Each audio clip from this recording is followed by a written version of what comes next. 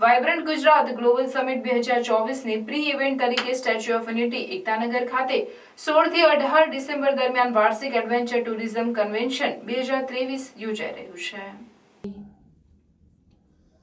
ગુજરાતના પ્રવાસન નિગમના સમર્થન સાથે adventure tour operators association of India દ્વારા આયોજિત આ કાર્યક્રમનો ઉદ્દેશ્ય ઉદ્યોગોમાં ચાલતા નવીન ટ્રેન્ડ્સ પર ચર્ચા કરવાનો, નિયમનકારી પ્રણાલી સ્થાપિત કરવાનો અને રાજ્યમાં સાહસ પ્રવાસનના વિકાસનું આયોજન કરવાનો છે। આ કાર્યક્રમમાં ATOAI તરફથી સલામતી માર્ગદર્શિકા અપનાવવા, પ્રવાસન મંત્રાલયના ધોરણોને અનુસરવા અને લીવ નો ટ્રેસ અભિગમને પ્રમોટ કરવા પર ભાર મૂકવામાં આવશે।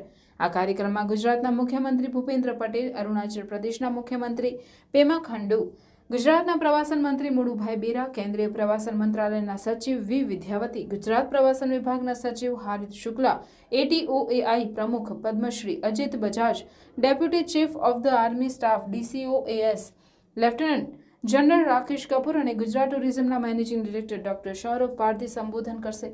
પત્રકાર પરિષદ દરમિયાન પ્રવાસન સચિવ હાર્દિક શુક્લાએ આ કાર્યક્રમ વિશે માહિતી આપતા જણાવ્યું હતું કે એડવેન્ચર ટુરિઝમ વૈશ્વિક GDPમાં નોંધપાત્ર યોગદાન આપે છે અને તે સૌથી મોટા વિશિષ્ટ બજાર તરીકે ઓળખાય છે।